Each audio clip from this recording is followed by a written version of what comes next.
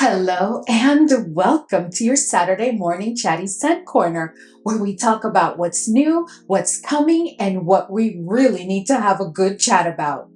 And today, of course, we have a loaded video because I have so many topics to cover with you.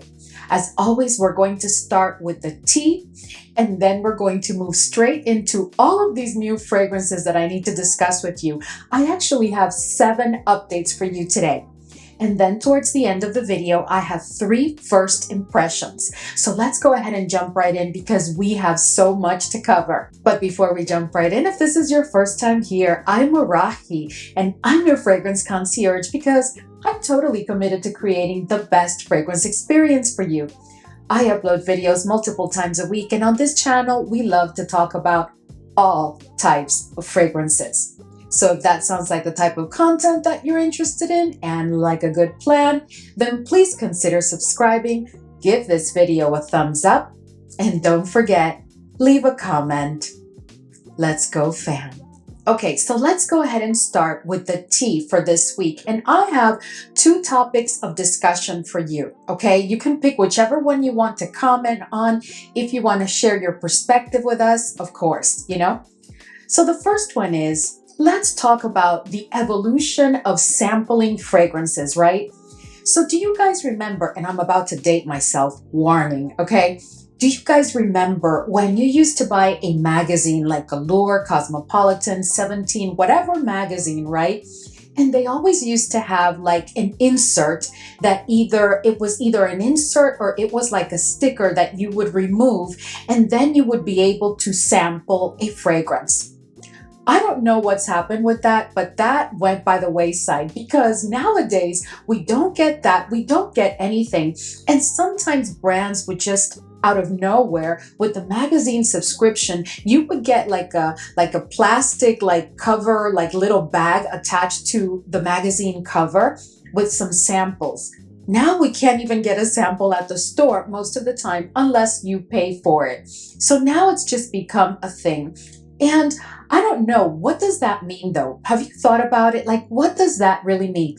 Does that mean that they're expecting us to blind buy all these fragrances because they don't even want to provide a sample? I also feel that if you are paying for the sample, then you're not only paying for the fragrance, but add to that the taxes, duties, if you're shipping, internationally, and then the cost of a decant or a sample to try the fragrance because you have to buy it.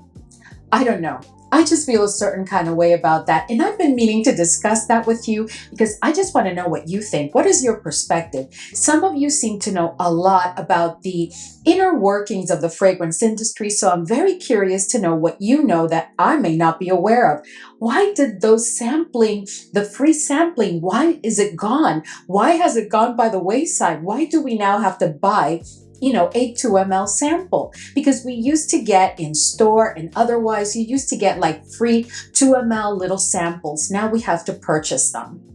Okay, the second topic that I have for you today that I just want to know what you think about all of this, right guys? Because sometimes I'm just here in my fragrance room, in my cave as I call it, and I'm just thinking about all these things and then I just jot them down because I've got to ask the fam, what do they think about this? Because this is a journey and we've seen some changes. One of the biggest changes that we've seen recently, and I'm sure that you will agree, is the hike in prices. It doesn't matter what type of fragrance it is, whether it's designer, Middle Eastern, the allegedly affordable fragrances, all of the prices have gone up. And don't even start me, okay, on indie brand prices and also Western niche fragrances that have gone up exponentially. And at some point, something's got to give, right? So I just want to know, number one, what you think about that. But then the other thing is that whenever I do research around that, what I find is that, it's being said that the reason that the prices have gone up is because the ingredients of the fragrances, especially if they're high quality ingredients, are very, very expensive, that the packaging of the fragrances is very expensive, that the entire operation, right? The entire operation of delivering a fragrance to the consumer is quite pricey. So of course, as the years have gone on, things have gone up in price. And of course, that translates into a higher price in the final fragrance that you purchase. But I want to know, do you really believe that the amount of price increase that we've seen in, I would say, the last 3 to 4 years is in direct correlation to the cost of producing these fragrances? Do you really believe that? I just want to know what you think. I mean, maybe you know something that I don't, right? I'm not sure how I feel about that either, but how do you feel about that? And then most importantly, the question that I have is, if we were all to participate in a focus group or in a consumer forum of some sort where, a lot of these fragrance houses were to listen to what we have to say, let's say that they asked you, okay, so what are you willing to give up as a consumer, right? On behalf of having the prices go down a bit or just stop where they are and not continue to increase. What would you be willing to give up? Would it be like the packaging? Would it be the quality of the fragrance? I'm sure it wouldn't be that, right? But you never know. I just want to know, what is your opinion?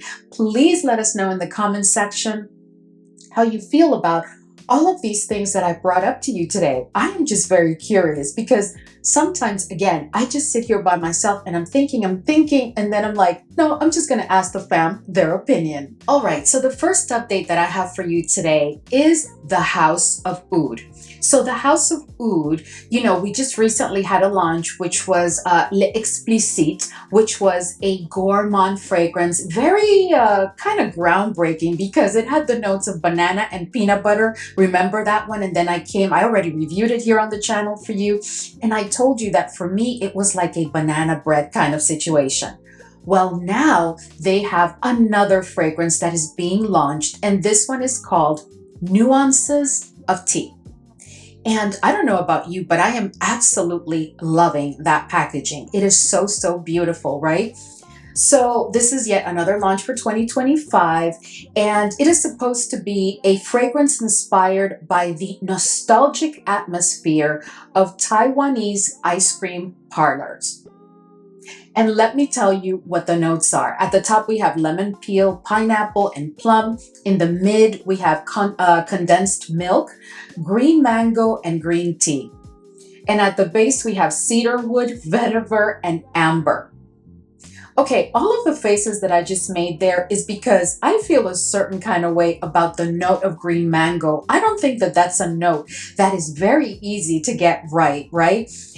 There's like a punchiness and potential screechiness to the note of green mango, but I'm trusting that the House of Oud, with all their experience and exquisite, mastery of perfumery, that they're going to deliver a very, very nice fragrance. I am excited about this fragrance because when you mention tea to me in a fragrance, I don't know, I'm like in my tea era, because anytime you mention a tea fragrance lately, I'm sure you've noticed, I end up picking it up. And I'm going to try and get myself a sample of this one because I told you for 2025, I'm trying to get much better about blind buying. Sometimes it's just difficult because there's no samples available. But anyway, I just find this very, very interesting because there's green tea. What I am a little bit concerned about is that note of green mango going with the green tea and then condensed milk. I love condensed milk, but I just don't know if I can envision the scent of condensed milk with green mango.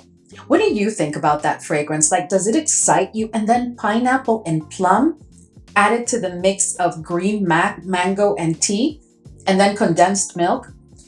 Anyway, I think that this is going to be a definitely tea fragrance that has a great degree of fruitiness because we have lemon, pineapple, plum, and mango. I think that it's going to be lactonic because condensed milk is quite intense. I also think that it's going to be very sweet because condensed milk tends to be sweet. And, with a certain degree of character brought on by, the woodiness of the cedar wood and a touch of that vetiver.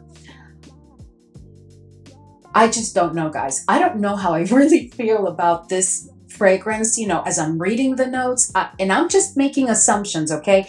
I could be totally wrong, but that's what I'm picking up. I don't know. I don't know. What do you think about this one? Are you planning to try it? Does it excite you? Do you think that that's going to smell incredibly wonderful? Let us know. So the next update that I have for you is from Lorenzo Pazzaglia, right? So you guys know that I love Lorenzo Pazzaglia fragrances. I think it is a fragrance house that really stands out for being, to a certain extent, groundbreaking. His fragrances are groundbreaking. The notes and what he brings to the table as far as scent profile, changes. I just absolutely love it. And I also love the performance of his fragrances. So now for 2025, there's supposed to be a total of 6 fragrances, I believe it is. I think it's 5 fragrances. I'm sorry. And they are Speachless, Coffee Passion, Pink Milk, Kechimba, and Animalic Dream. Kechimba or Kechimba. I don't know, but that's how I'm going to name it. But today we are going to talk about Speachless, because Speachless is the only one that has been launched so far, and it just launched on the 29th of May. And for now, it is only available on his website. But let's go ahead and talk about Speachless. So here is the packaging. Very interesting, right? But what I find really, really interesting about this fragrance, and I'm going to share with you the notes in a minute, is how the name of the fragrance, Speachless, was spelled. Because look at the name. So instead of spelling it S-P-E-E-C-H, it's S-P-E-A-C-H, right? So speech, like from peach, right? Like peachless. I mean, that's really what I'm getting, like peachless, right? So obviously, it is intentional the way that it has been spelled. And the brand says that Speachless, it's not just a fragrance. It's a hit, a solo, a full-blown jam session of a scent. This is the kind of fragrance you don't wear. It wears you. Okay, Lorenzo, okay, we see you. And Speachless doesn't speak.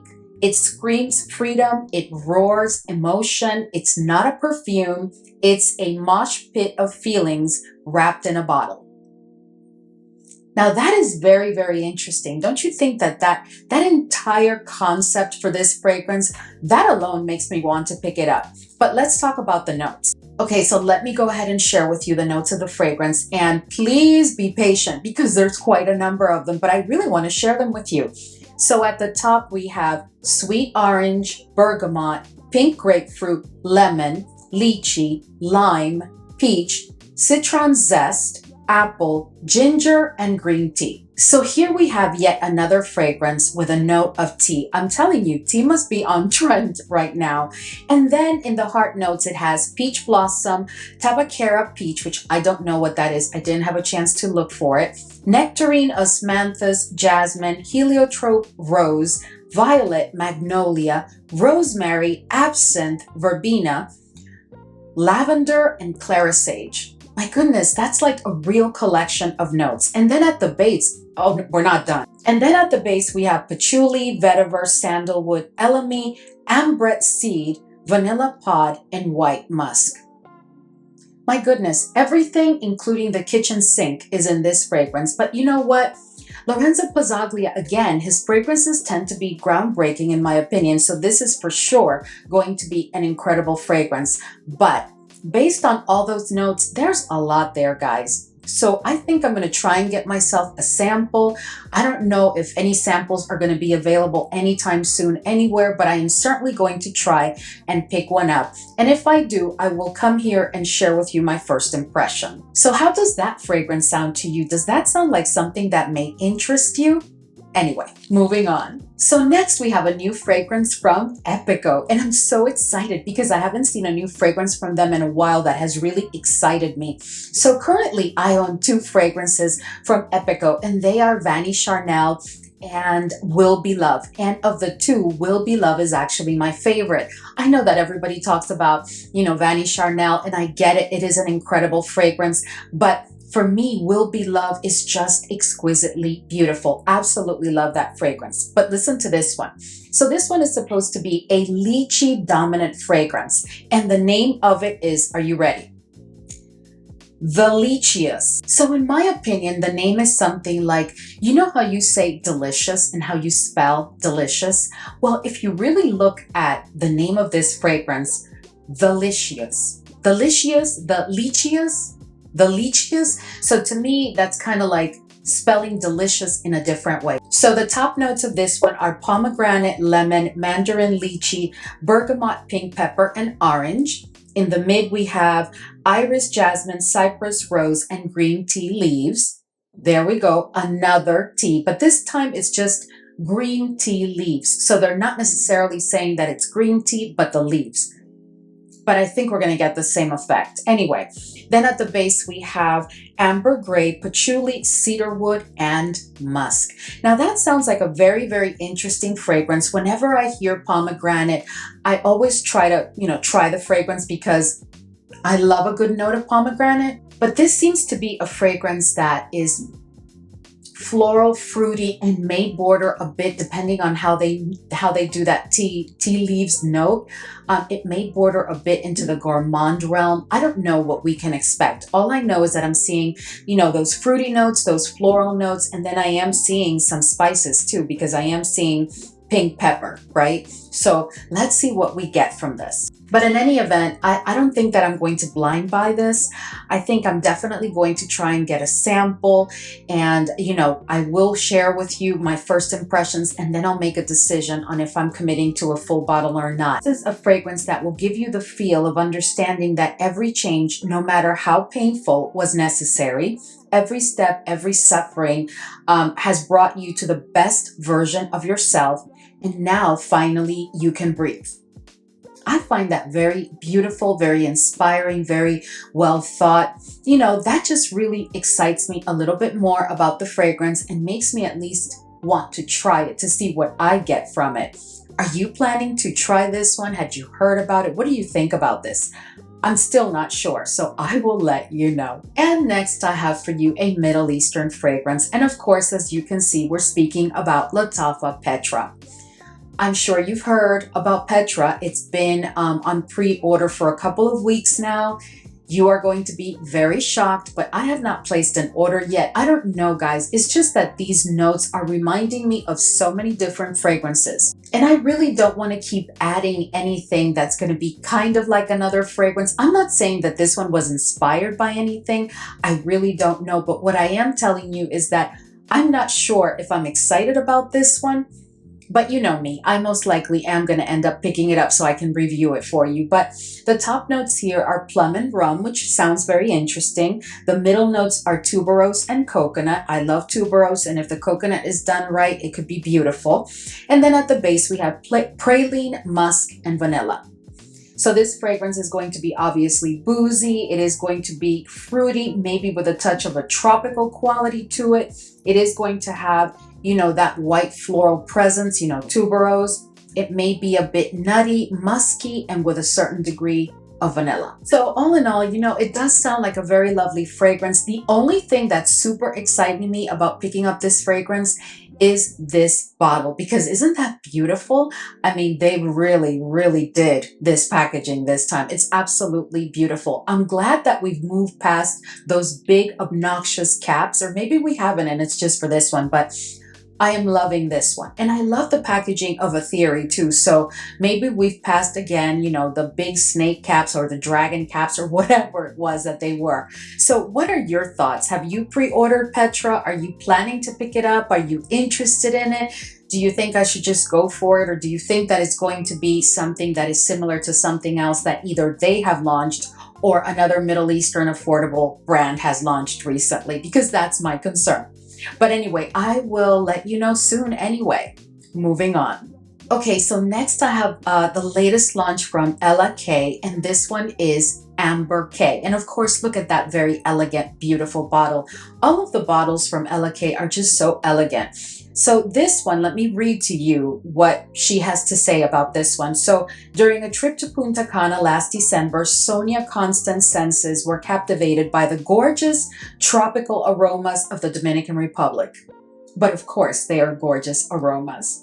The nuances of cocoa and vanilla from the mysterious spider lily flower, as well as the deep accents of Dominican cigar tobacco, yes, were captured using scent track technology. I guess that's some technology where they have that gives you the ability to capture the scent within the area or ambiance. I don't know, but that's what it sounds like to me, allowing Amber K to immortalize the uniqueness of these accords.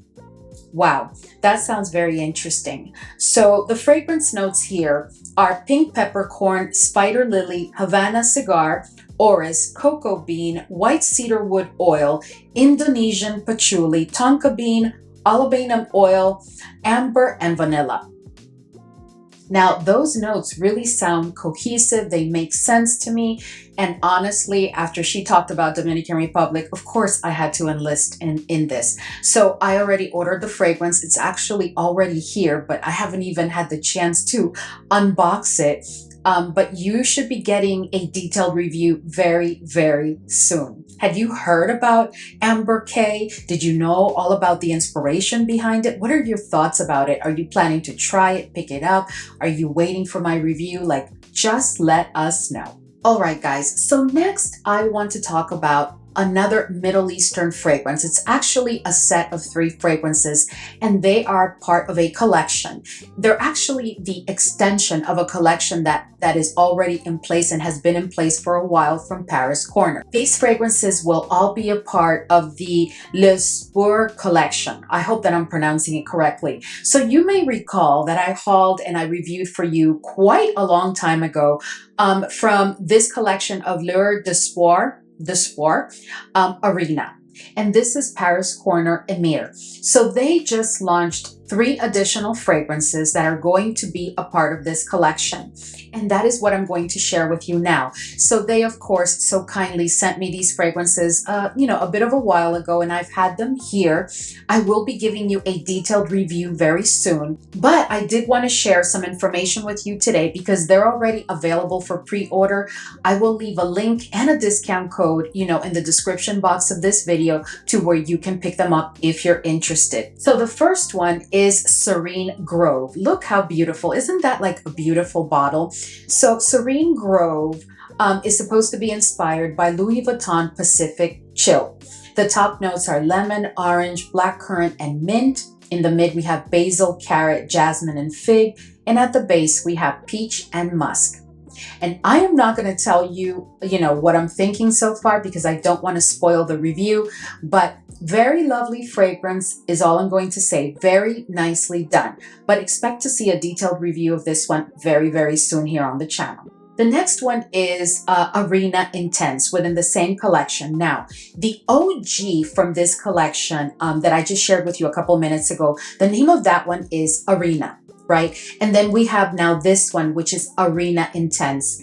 And again, I don't want to spoil the review, but I do want to let you know that this one, in case you're interested in picking it up, this one is actually like an amped up version of the OG. What I can tell you though, is that this one has less of a rose presence than the OG because the OG has been with me for quite a while. So it's had a chance to sit, macerate, all that good stuff. And I am telling you, it is quite the rose fragrance. It truly does focus very much on that rose note. Now in this one, the top note is bergamot.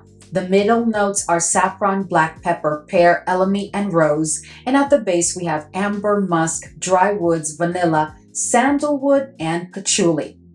And I don't think that this was really inspired by anything. It's not giving me anything. The OG didn't give me anything either, and this one much less.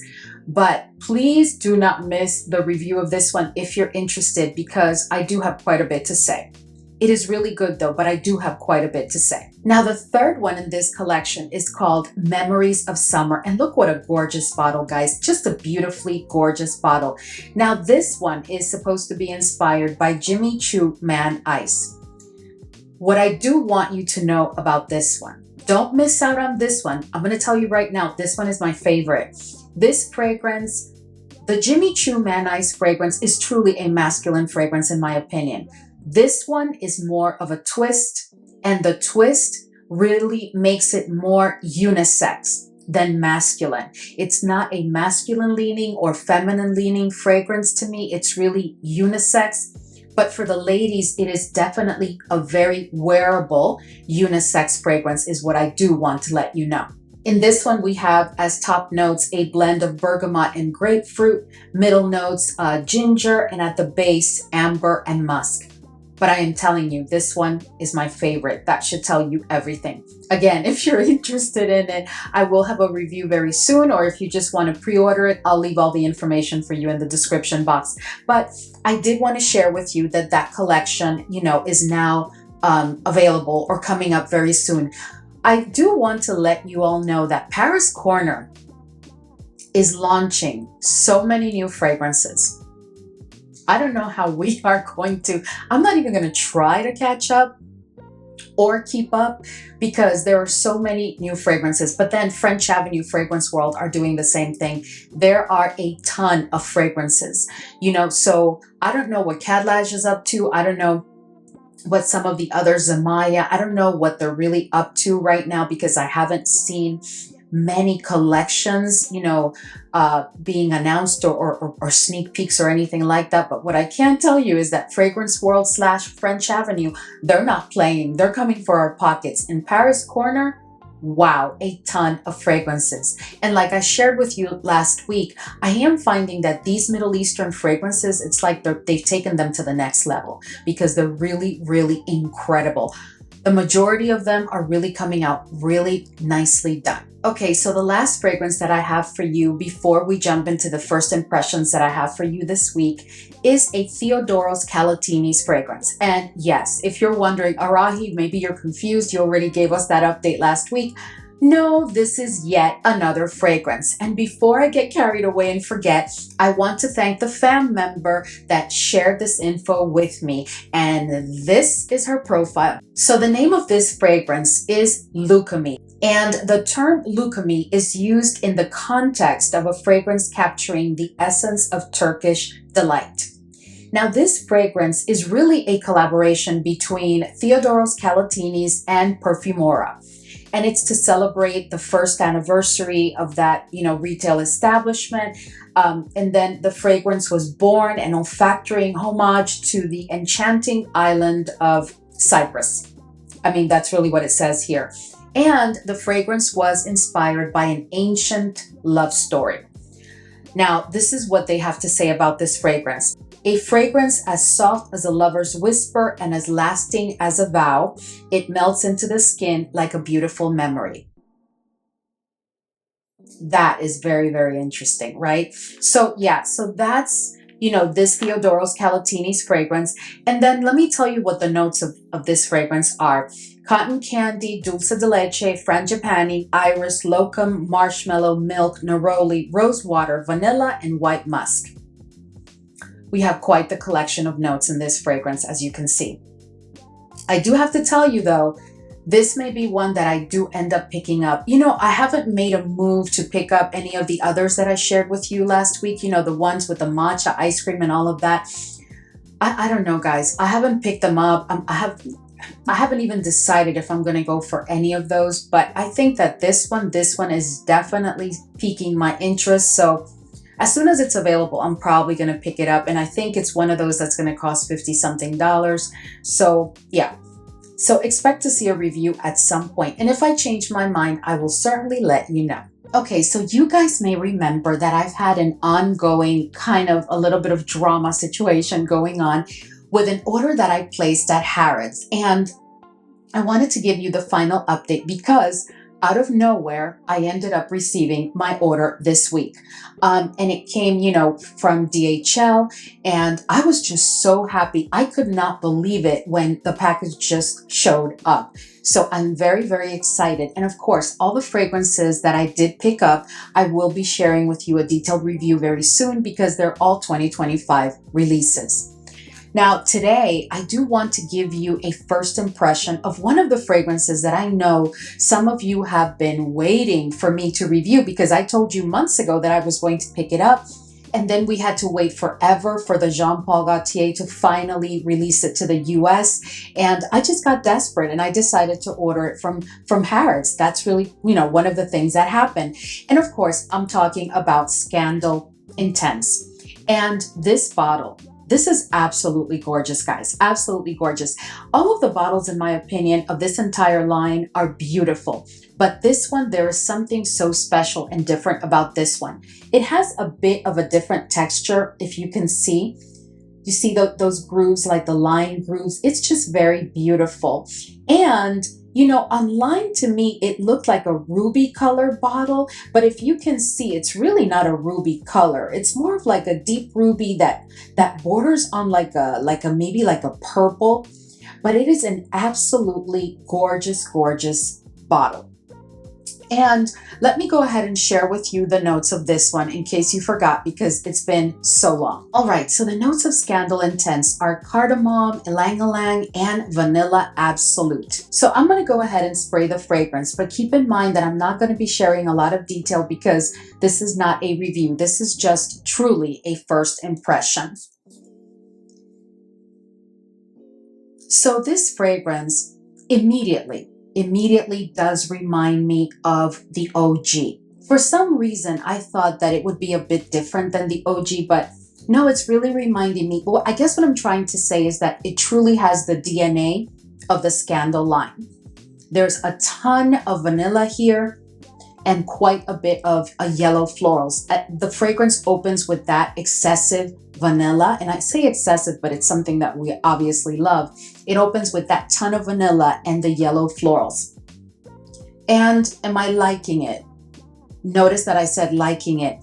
It has not been a deep love. It's not like when I first tried Scandal Absolute that I knew that it was a deep love and nothing has changed through time. Like, it's still a deep love.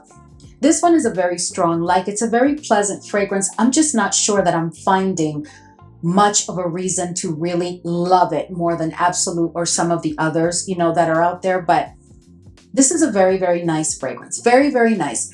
Wait for my review because I have to try it on skin and I just want to make sure that I give you all of the information. So yeah, just know that it is a very nice fragrance. I just right now am not finding it groundbreaking within the Scandal line.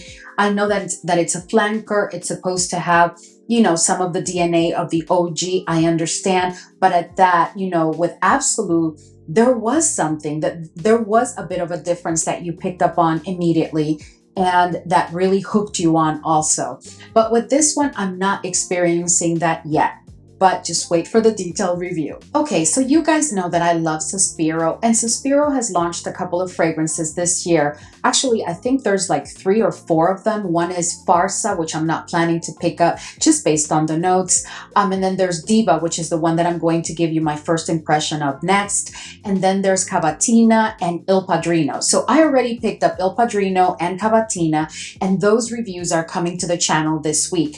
But I considered picking up Diva because the notes really pull. But I decided, again, I'm going to behave. So I decided to get myself a sample. And I do have a sample here and I'm going to spray it for the first time with you. But before we do that, let me share with you the notes of Diva. And this is part of the their extracts collection, the ones that come in the black bottle. So here we have Lang Lang, Bergamot, Mandarin, and Peach at the top. In the mid, you have Iris, Rose, Jasmine, Carnation, and Patchouli. And at the base, we have White Musk, Vanilla, Sandalwood, and Labdanum. So let's go ahead and spray this one. And of course, you guys know how I do not enjoy these little sample things, but we are going to do it. So here we go. Okay, so in the opening, I immediately pick up on a citrusy quality to the fragrance. I am getting like bergamot and lemon, not lime, but lemon. And this fragrance has a very floral opening. And in that opening, I'm getting a bit of powderiness. So I'm assuming that's iris. And I'm getting rose. The rose is very, very young. It's a very fresh rose. But I'm getting the rose and I am for sure getting iris here. There's also like a bit of woodiness, but I can't put my finger on it. Is it woodiness or is it something else that I'm picking up? But yeah, this one I am liking. It's not like with Cavatina that I immediately knew that I wanted it and that it was going to be a love period. I love that fragrance, but this one is a like. And I'm still debating whether it's a strong like or just a like. But keep in mind that this is my first impression. But typically, guys, when I sniff a fragrance for the first time and I fall in love immediately, that typically never changes. Same thing, if I tell you that I don't like a fragrance at first sniff, it is rare that I come to the point of really liking it or even loving it. This one I'm liking. It's not a deep like. It's not a love. I'm just liking it. It's a pleasant scent, but there's something that is not working for me here. Yeah, there's something that I have to try it on skin. I have to try it on skin. So I'm going to try it on skin and I'll try to give you an update like next week or something, letting you know if I decided to order it, because on skin it was so radically different. I doubt it. But I am going to try it on skin and then I will circle back with you. But still what I'm getting are those citrusy notes with a tad of like woodiness in the background, like definitely woodiness in the background, and iris and rose. I'm not getting much fruitiness. This is very interesting, very, very interesting. Anyway, let's go ahead and move on, but I will definitely circle back with you and let you know, where I landed on that one after I tried it on skin. All right, so the last first impression that I have for you is the latest from Unique Luxury. And Unique Luxury is a brand that I really, really enjoy. I love the DNA of that fragrance house because their fragrances all make a statement. Whether it's Crush on Me, the chocolate one, Mushamaro, oh my goodness, the mango one in the green bottle. I can't remember all those names, but you know what I'm talking about. All of those fragrances make a tremendous statement. I mean, Mangonificent, I think it's called. That is like the mango statements fragrance. Like, oh wow, it's a powerhouse. And Zengi, like Zengi, oof, that one is truly massive beast mode. So I do enjoy that about the fragrance house. But this next fragrance, there was no way that I was going to blind buy it because their fragrances tend to have a very complex olfactory journey, which is part of what I enjoy. But I did not want to take the chance of not liking this fragrance and having paid, top dollar for it. So this one is called Ocean the Rive, and the Rive or the Rive. I don't know which one of the two, but I'm hoping that I'm pronouncing it, properly in one of those two tries. Let's just say that it's Ocean the Rive.